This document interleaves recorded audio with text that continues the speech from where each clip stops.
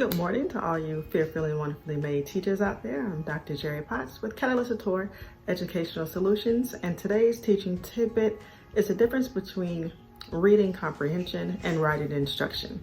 What we have found over the years is that there's a fine line between how we're teaching students to read and understand using graphic organizers, and sometimes teachers believe that if the students have the correct information in the graphic organizer, they should be able to transfer the information from the graphic organizer into an astounding piece of writing, and that's just not the case. There's explicit teaching of reading skills and explicit teaching of writing skills. So this teaching tidbit video shows us how we can move from graphic organizers to show reading and understanding to using graphic organizers for explicit writing instruction. I don't know about you, but where I am, it is the season for writing and getting ready for the writing assessment at the end of the school year. So we have to move from reading instruction to writing instruction. First thing we do with our face-to-face students is to create a Frere model and just showing them how to fold the paper. They should be used to this by now, but if not, I always provide the graphic for that muscle memory that we're about to organize what we're reading or what we're writing or what we're doing in math, science, social studies into 4 succinct categories.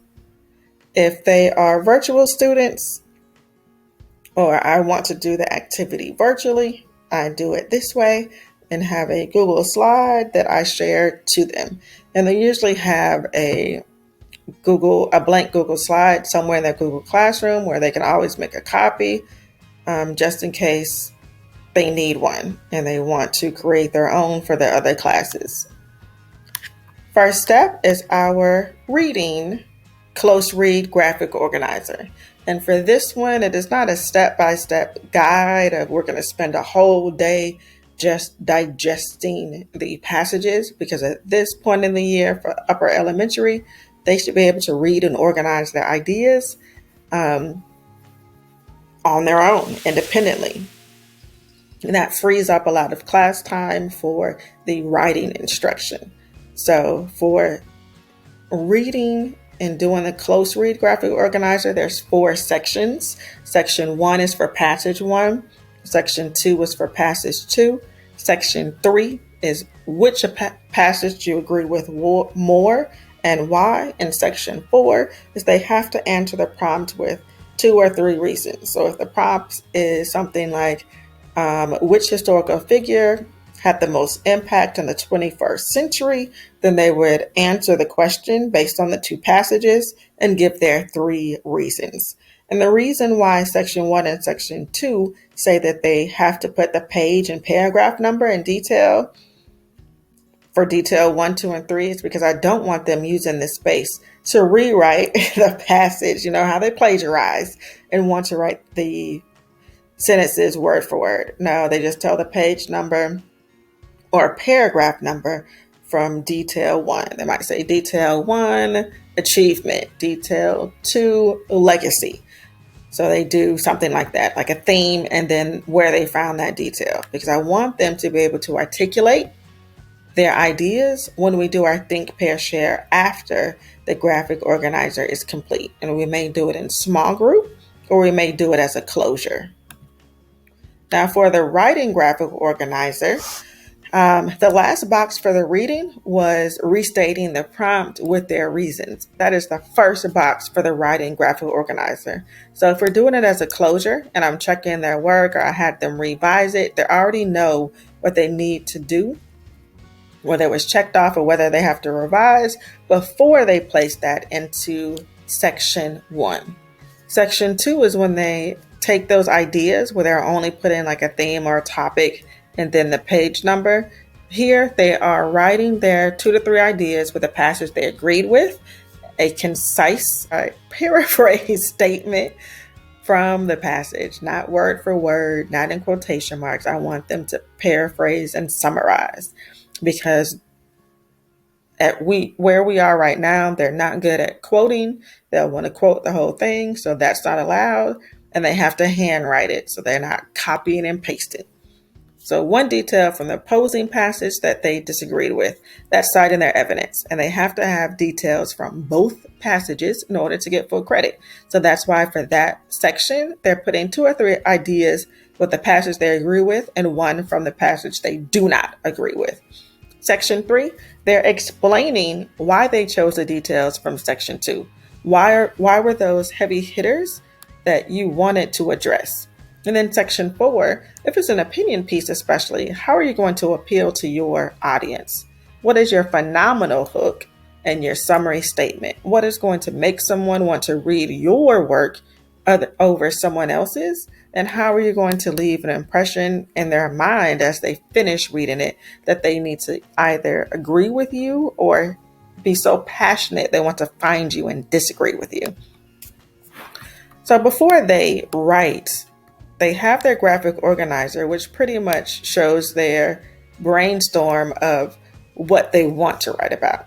So before they go into drafting their introduction, body, and conclusion, I write my own constructed response or extended writing to use them as an exemplar for the students so they know what is expected when I read their work. Day 1 of working on writing is the going through my exemplar and their graphic organizer. So we have the graphic organizer that we read and went over in small group for their reading graphic organizer. And like I said, that one box, the last box where their thesis statement is. They transfer that to their writing graphic organizer after I show them the exemplar so they can see what the end goal should look like. Day 2, we take my exemplar and we make it better so they can see that no matter who you are, your writing can always be improved. And we use tag. Tell me something that you like, ask a question, give a suggestion. And we specifically look at the hook and my thesis statement to make my hook more phenomenal and my thesis more concise. Then I stop talking, I turn on the timer and some light music, and I have the students write their own intro and conclusion for about 20 minutes because the conclusion and the intro pretty much mirror each other. So I have them do those 2 together. And then on the 3rd day, I have them work on their body paragraphs. We work on that transition statement from the introduction to the body. They're citing the evidence correctly and explaining their evidence. And just like with writing the introduction and conclusion, we look at my body paragraph and we specifically look at my transition sentence from the introduction to the body, as well as my transition from the body to the conclusion. And we make sure that my reasons link up to the evidence that I chose links up to the reasons and my thesis statement and my introduction. So we talk through that. I stop talking. I put on my music. I put on the timer and let them write. So after they have their first drafts and they are complete with their first draft, we move into collaboration for edits, revisions, and we use the DOE rubric. So with the rubric, they have it in their hand on their little clipboard, and they are looking at the specific work to tell something they like, to ask a question, and to give a suggestion. And it's not, oh, I agree with you because I chose that passage too. No, if the rubric says that they have to have organization and content or whatever the language is, they have to use the language from the rubric to use tag. They use the language because the more they use the language, the more it gets ingrained in them, and they have a mental checklist of what they should do when it comes to their writing assessment. Now, if I want to do a gallery walk, I will do that as well. And with the gallery walk, the students have their work posted around the room or in the hallway on anchor charts. The other students have sticky notes and they walk around and add their sticky notes to their peers' work, and they write their tag, their TANG, on their work so that they can easily take their work to their seat, look at the sticky notes, and try to make the revisions based on what other people have suggested to them. If it's all virtual, then they can do it using Google Slides, Jamboard, Kami, Padlet, or any other platform where students can give feedback to one another all at the same time, and we're not waiting for this person or that person, or just loading all of the work all at one time and sharing it that way. And I use the process of reading, writing, and speaking because young children need writing to help them learn about reading. They need reading to help them learn about writing, and they need continued conversations to improve both reading and writing. And that is our goal at this point in the school year. Hopefully the writing process started sooner, but if not, 'tis the season for writing and going all in. Because the more they read, the more they can use those varied sentence structures. And the more that they look at the rubric and respond to somebody else's writing, the more they understand the end goal of what their work should look like.